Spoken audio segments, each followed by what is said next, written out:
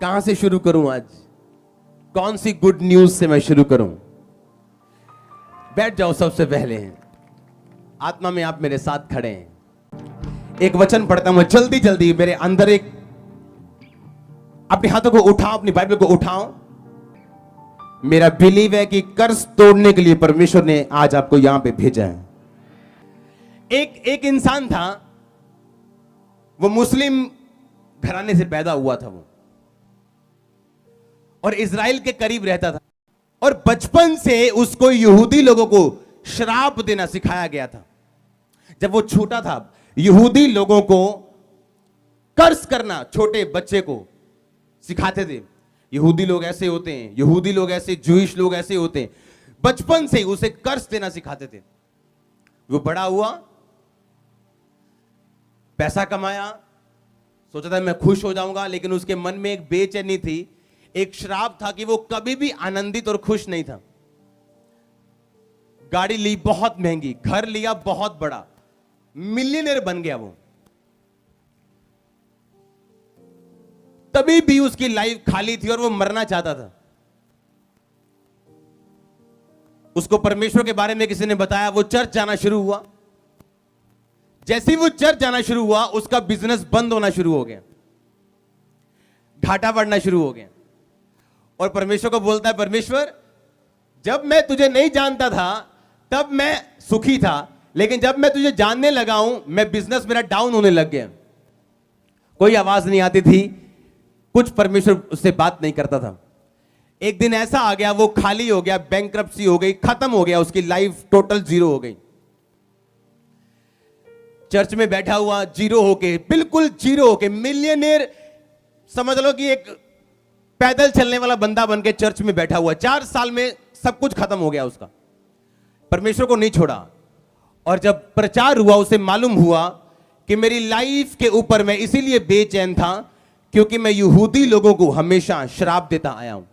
Bible कहती है, Abraham को परमेश्वर ने कहा, जो तुझे आशीष देंगे मैं उन्हें आशीष दूंगा, जो तुझे श्रापित करेंगे, कोसेंगे, मैं उनको श्राप दूंगा, जो तुझे कोसेंगे, तेरी बुराई करेंगे तेरे पीठ पीछे, मैं उनको श्रापित करूंगा। और उसे समझ आई चर्च में जाने के बाद कि मेरी लाइफ में श्राप इसलिए है क्योंकि मैं यहूदी लोगों को कोसता रहा हूं, मैं परमेश्वर के लोगों को श्राप देता रहा हूं और कोसता रहा हूं। उसने उस दिन अपनी गलती समझी। चर्च में आने के बाद प्रभु से माफी मांगी कि परमेश्वर मेरे पाप को माफ कर, मेरे गुनाह को माफ कर।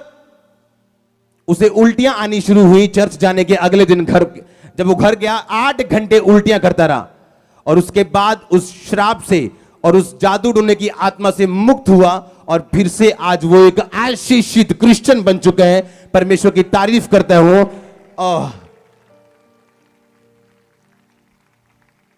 हालेलुया। अगर आप थर्सडे नहीं आए थे तो मैं आपको वचन देता हूं। एक मरकुस में लिखा, आपको मैं पढ़ाऊंगा नहीं, लेकिन आपने ध्यान से सुनना है उसे। जब प्रभु यीशु मसीह मृतों में से जी उठे थे, तो उसने जी उठने के बाद जब औरतें उसको ढूंढने के लिए गई थी, तो वहां पे लिखा कि एक स्वर्गदूत यीशु मसीह की कब्र के पास बैठा था और उसने कहा, तुम किसको ढूंढ रही हो? वो तो जी उठे हैं। अब जाओ उसके चेलों और पतरस से कहो, वो तुम्हें गलील में मिलेगा। उसके चेलों और, ऐसा क्यों? ऐसा क्यों? वीरवार वाले लोगों को मालूम होगा क्यों।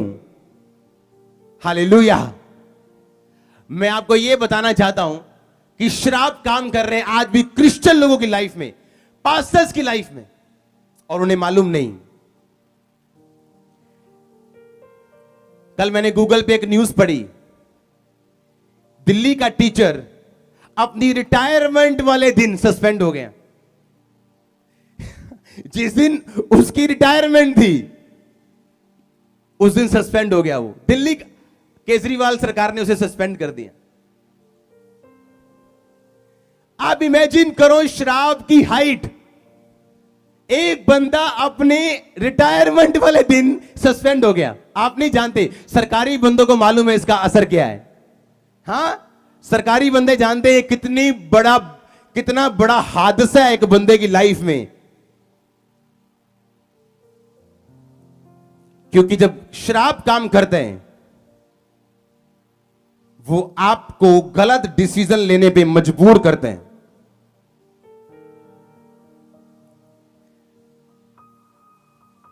और खासकर वो लोग जो अन्य जातियों में से आए हैं, वो लोग ज्यादा प्रभावित हैं इन चीजों से। बॉर्न क्रिश्चियन जो 4 पीढ़ियों से हैं, वो कम प्रभावित हैं इस शराब से जिसकी आज मैं आपसे बात करूंगा।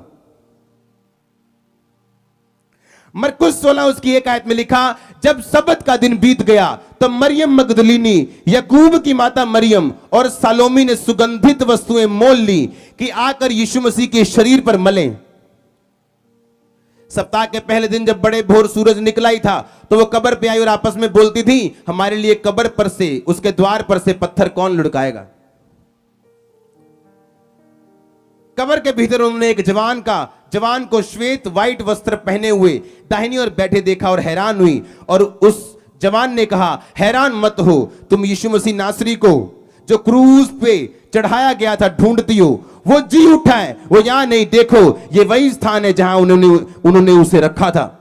परंतु तुम जाओ और उसके चेलों और पतरस से कहो कि वह तुमसे पहले गलील को जाएगा।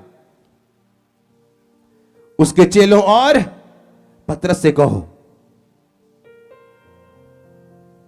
बाइबल बताती जिस दिन पतरस ने प्रार्थना नहीं की थी और परमेश्वर ने कहा था, पतरस आज रात मुर्गे के 2 बार बांग देने से पहले 3 बार तो मुझसे मुकर जाएगा। और लिखा जब पतरस यीशु मसीह को पकड़ लिया गया, पतरस यीशु मसीह के पीछे पीछे भाग रहा था और अंत में जाके जब यीशु मसीह को आगे अंदर ले गए और वो बाहर आग सेक रहा था, किसी ने कहा, ए तू भी यीशु मसीह के साथ था। कहता मैं नहीं जानता तू क्या कह रहे हैं। किसी ने फिर पूछा, ए तू गलीली है, तू भी यीशु मसीह के साथ था। कहता है क्या बोल रही है तू, मैं नहीं जानता तू क्या कह रही है। तीसरी बार फिर उसको पकड़ा गया और फिर बोला, ए तू यीशु मसीह के साथ था, तू उसका चेला है, तेरी बोली तेरा भेद खोलती है, तू उसी के जैसे चलता है, तेरे बाल तेरे कपड़े सब कुछ उसी के जैसा है। कहता लानत हो और धिक्कार हो उस पे जो यीशु मसीह को जानता हो।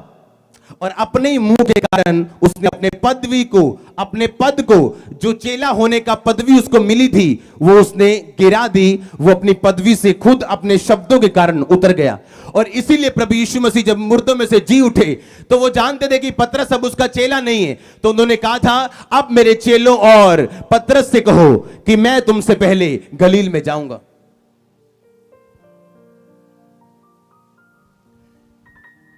मैंने आपको थर्सडे बताया था कि एक बंदा बोलता है अपनी वाइफ को, कहता तेरे खाना बनाने से कहता मैं उकता गया हूं, कहता तेरा खाना खा खा के मैं तंग आ गया हूं। शायद वो टेस्टी नहीं था या वो बोर हो गया था और इस बात के कारण उसे पेट की बीमारी हो गई थी और पूरी उम्र वो ये जान नहीं पाया कि उसे पेट की बीमारी क्यों हुई।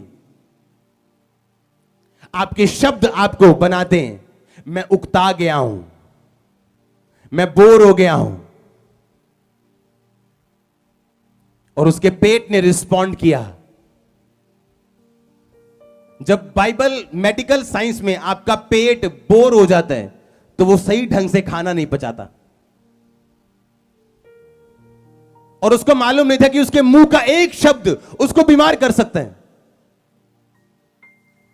9वीं क्लास की कुछ लड़कियां बैठी हैं घेरा बना के और सबने अपने अपने पांव निकाले और सब एक दूसरे के पांव देख रहे हैं कि किसके पैर ज्यादा सुंदर हैं।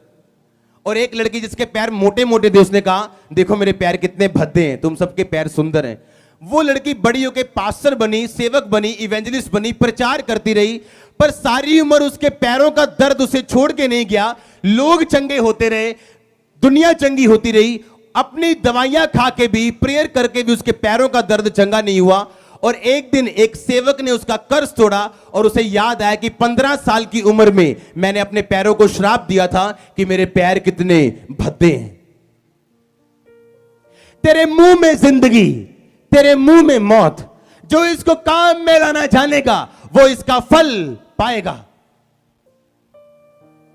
परमेश्वर ने कहा, जो बातें तू अपने मुंह से निकालेगा तू अपने ही बातों के कारण निर्दोष और अपने ही बातों के कारण दोषी ठहराया जाएगा। जिसको 5 सिक्के मिले उसने 5 कमाए, दो वाले ने दो कमाई, एक वाला कहता तू कठोर है, तू हार्ड है, तू सख्त मनुष्य है, इसलिए मैंने सोचा मैं ये कर दूं। कहता जैसा तूने मेरे को बोला अब मैं वैसा हूं तेरे लिए।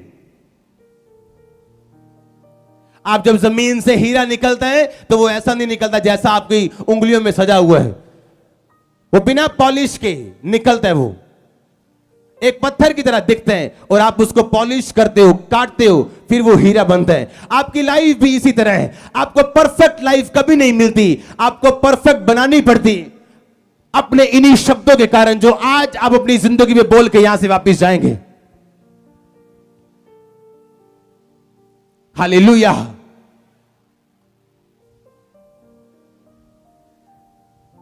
जब बच्चा शरारतें करता तो मम्मी बोलती है फिटे मुंह, और कल को जब उसका मुंह फट जाता है, मर जा तू, जब वो कल को उसका एक्सीडेंट हो जाता है तो फिर वो रोती है। और मालूम नहीं आपने खुद तो बोया था अपने बच्चों की जिंदगी में, जब आप गुस्से में थे। आप गुस्से में किसी पे ब्लेड मारोगे, क्या वो मरे लगेगा कि नहीं लगेगा? हां, बाद में बोलोगे सॉरी सॉरी सॉरी, क्या वो कट हट जाएगा, भर जाएगा, टांके लग जाएंगे अपने आप सॉरी बोलने से? हां, कैसे हैं आप? बस ये आई चलाई हो रही। आपके ये शब्द आपको पूरी उम्र आशीषित नहीं होने देते। कैसे हैं? बस दाल फुल्का चल रहा है, दाल फुल्का चाहिए तो परमेश्वर आपको दाल फुल्के पे ही रखता है। I am super blessed, I am super healthy, I am more than blessed. आप नहीं जानते आपके मुंह के शब्द आपको बिगाड़ते, आपको बनाते। आप क्या चाहते हो प्रभु से लेना? एक औरत आगे बोलती परमेश्वर मेरी बेटी में से दुष्ट आत्मा निकाल। यीशु मसीह कहते मैं अपने इजराइल के लोगों के पास भेजा गया हूं, अन्य जातियों के पास नहीं भेजा गया। कुत्तों को मैं बच्चों की रोटी नहीं दे सकता। वो औरत बोली, ये नहीं बोली चल ठीक है कोई नहीं, तू नहीं करनी हो, कोई कर देगा प्रेयर। हाँ, चर्च नहीं करेगी, वो कर देगी। हाँ, उसने ये नहीं कहा, बोली परमेश्वर कुत्ते भी वही चूर चार खाते हैं जो तेरी बालकों की मेज से गिरते हैं। यीशु मसीह ने कहा इस बात के कारण चली जा, इस बात के कारण जो तेरे मुंह से निकली दुष्ट आत्मा तेरी बेटी को छोड़ के जा चुके हैं। तेरे मुंह में जिंदगी, तेरे मुंह में मौत है। ऐसे ही श्राप है मसीह लोगों के ऊपर जो उनके अपने मुंह से निकले हैं, उनकी लाइफ को जो प्रभावित कर रहे हैं। ऐसे शब्द आप गुस्से में हो सकते हैं, आप परीक्षा में हो सकते हैं, आप फ्रस्ट्रेशन में हो सकते हैं, लेकिन परमेश्वर तब भी ध्यान रखता है आपके मुंह से क्या निकला, कितना निकला और कब निकला। अगर आप उससे तौबा नहीं करते, जो गलत आपके मुंह से निकला, वो शब्द आपको पूरी लाइफ टाइम प्रभावित करने वाले हैं। चाहे आप पास्टर क्यों नहीं, चाहे आप विश्वासी क्यों नहीं, टाइटर्स क्यों नहीं, आपके मुंह से जो निकले, आपके दिल में जो आए, आपकी परीक्षा के टाइम या आपकी खिजाहट के टाइम या आपके खुशी के टाइम या आपके दुख के टाइम, ये कोई मायने नहीं करता। हम इमोशन से परे जीते हैं, हम आत्मा के द्वारा जीते हैं, ना कि जो हम महसूस करते हैं उसके द्वारा। और इसीलिए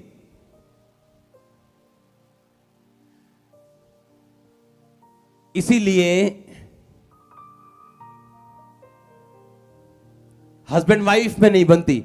एक बार लड़ाई हो जाए बोलते हैं मेरी हूं तेरना नहीं बननी, लेकिन वो बोल के भूल जाते हैं। पर ये नहीं मालूम वो अपने मैरिज के लिए प्रोफेसी कर चुके हैं। मेरी वाइफ रोज रात को 12:01 पे, मैं ज्यादातर प्रेयर में होता हूं इस टाइम, मेरे को रोज मैसेज भेजती है, happy Saturday, happy miracles Sunday, every night, every night.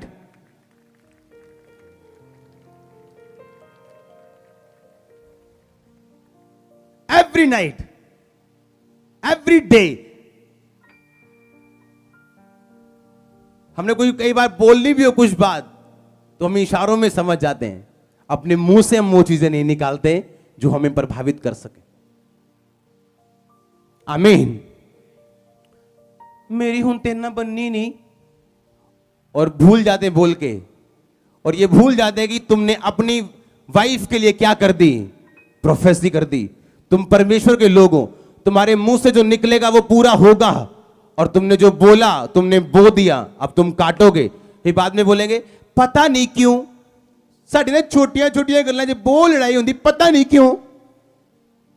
क्योंकि आपके मुंह से कुछ निकला जो नहीं निकलना चाहिए था।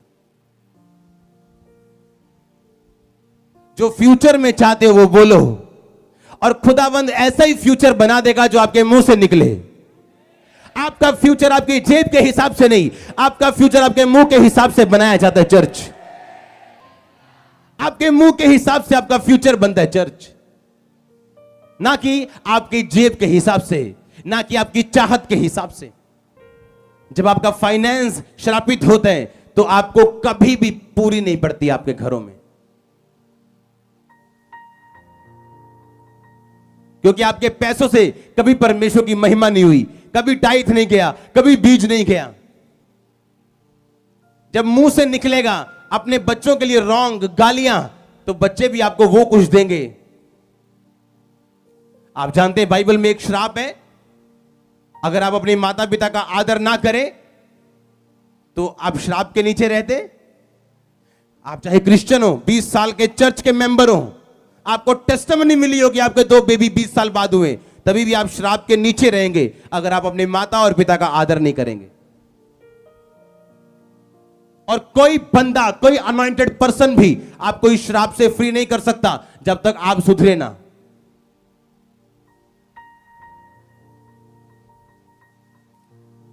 जब तक आप उन शब्दों को वापस ना ले जो आपने अपनी मैरिज पे, अपने बिजनेस पे बोले हैं। कुछ लोगों को मैंने देखा है सारी उम्र काम सेट नहीं हुआ, कारण क्या? मुंह से बस यही निकला, मेरा काम लस्सी हो गया, काम खराब हो गया, काम बुरे हाल है यार। आपके हाल कभी नहीं सुधरेंगे, कभी भी नहीं। आप उस काम में 50 लाख भी डाल लोगे, आप जीरो के जीरो रहोगे जब तक आप अपने मुंह से नहीं बोलोगे आई एम सुपर ब्लेस्ड।